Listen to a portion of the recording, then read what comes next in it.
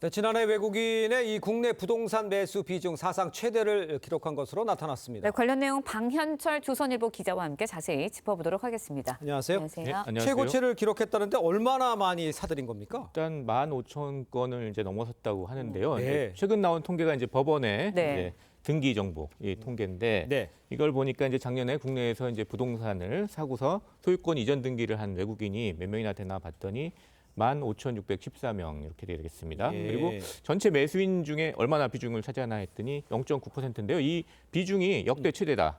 이렇게 말씀드리겠습니다. 그리고 예.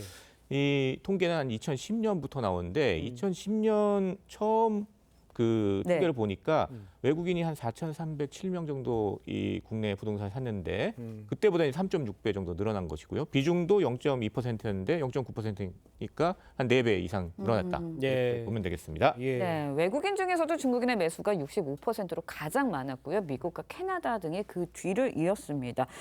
어느 지역을 좀 많이 샀고 또 뭐 아파트를 산 건지 뭐 주택을 산 건지 어떤 건가요?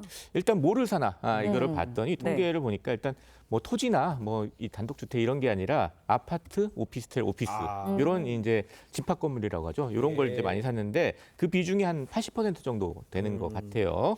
그리고 지역을 보니까 물론 이제 인천 뭐 예. 이런 뭐 경기도 이쪽을 많이 사긴 했는데 특히 이제 특이하게 좀 많이 비중이 높은 지역이 있어요. 예. 그런 데가 이제 충남 아산 그리고 천안 동남구 뭐 그리고 경기도 평택 이런 데인데요. 이런데 딱 이름 여기 지역 이름 들어보시면 알겠지만 다들 이제 큰 공장들이 있는 데입니다. 그러니까요. 아산 같은 경우는 디스플레이 공장 예. 큰 대규모 공장이 있고요. 또 천안에도 각종 이제 산업단지가 있고 예. 평택 그러면 반도체 메카 그렇죠. 뭐 이렇게 불리지 않습니까? 이렇게 큰 공장들이 있는 곳들인데 이런 그 투자가 집중되는 곳 이런 곳에 또 외국인들의 그 부동산 매수세도 강하다. 예. 이렇게 좀 볼 수 있습니다. 알겠습니다. 그런데 이제 뭐 돈을 가져와서 네. 우리 물건을 사는 것이야 뭐 뭐라고 하겠습니다만 지금 외국인 매수가 많아지는데 왜 주택담보 우리나라에서 2조 3천억 원 규모를 받아가지고 그래서 산다는 거 아니에요? 왜들 이렇게 우리나라에 와서 매매를 하는 겁니까? 이렇게 대출을 받아가지고. 일단 기본적으로는 이제 외국인들이 국내 거주하는 외국인들이 점점 늘어나고 있는 게 가장 기본적인 베이스에 깔려 있는 겁니다. 그러니까 예. 그 우리나라에 있는 외국인들이 지금 한 200만 명이 더 넘어서고요. 그 네. 코로나 때 좀 줄었다가 지금 늘어나고 있는 상황인데 예.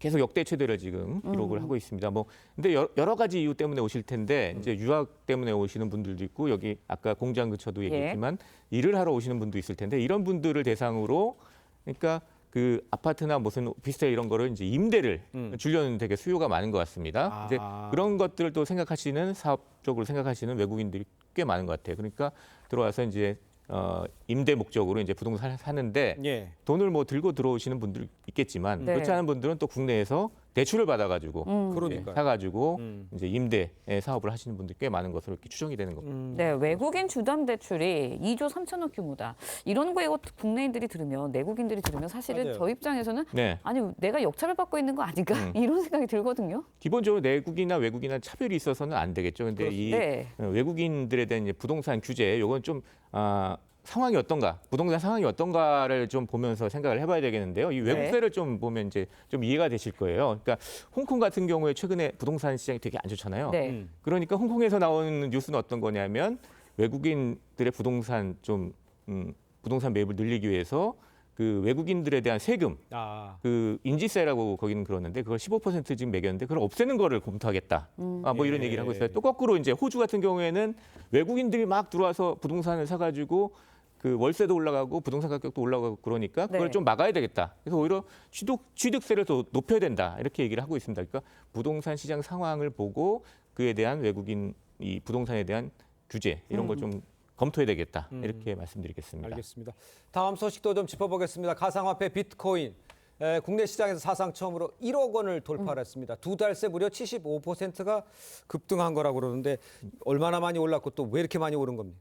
일단 1억 원 어제 오후에 그러니까. 국내 워낙마켓에서 이제 돌파를 했어요. 그리고 맞아요. 지금도 여전히 제가 들어오기 전에 보니까 1억 원 넘는 수준에 또 올라가고 지금 있습니까? 거래가 되고 있습니다. 예. 이제 기본적으로는 이제 글로벌 시장에서 이 비트코인 가격이 이게 오르는 게 영향을 미치겠죠. 글로벌 시장에서 지금 7만 달러를 넘어서 가지고 네. 사상 최고를 또 역시 기록을 하고 있는데요. 예. 우리나라는 거기 더해가지고 김치 프리미엄이라는 게 또 있습니다. 그 외국보다 더 높게 거래가 되는 건데 그게 한 지금 7% 정도 돼요. 그러니까 외국보다 7%더 높게 비트코인 가격이 형성이 되고 있다. 왜냐하면 이제 외환 규제 이런 거 있기 때문에 쉽게 이제 싼 데서 사가지고 뭐 비싼 데다 팔면 돈을 벌 텐데 네. 이게 쉽지 않은 거예요, 우리나라에서. 그래가지고 좀 더 높게 형성이 되고 있다. 이렇게 좀 볼 수 있습니다. 예. 네, 안전자산인 금, 달리 뭐 위험자산으로 불리는 비트코인에 돈이 몰리는 이제 현대 이제 상황에 대해서 우려의 목소리 좀 나오고 있습니다. 네. 어떻게 보시나요?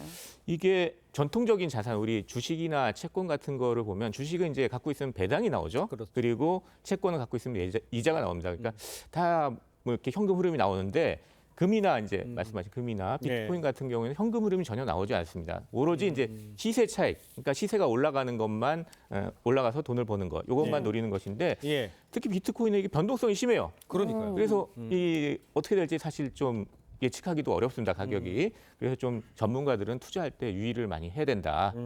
이런 얘기를 하고 있습니다. 예, 네. 일반인들도 많이 주의를 해야 될 것 예. 같아요. 알겠습니다. 오늘 말씀 여기까지 듣겠습니다. 고맙습니다. 네, 맞습니다. 감사합니다.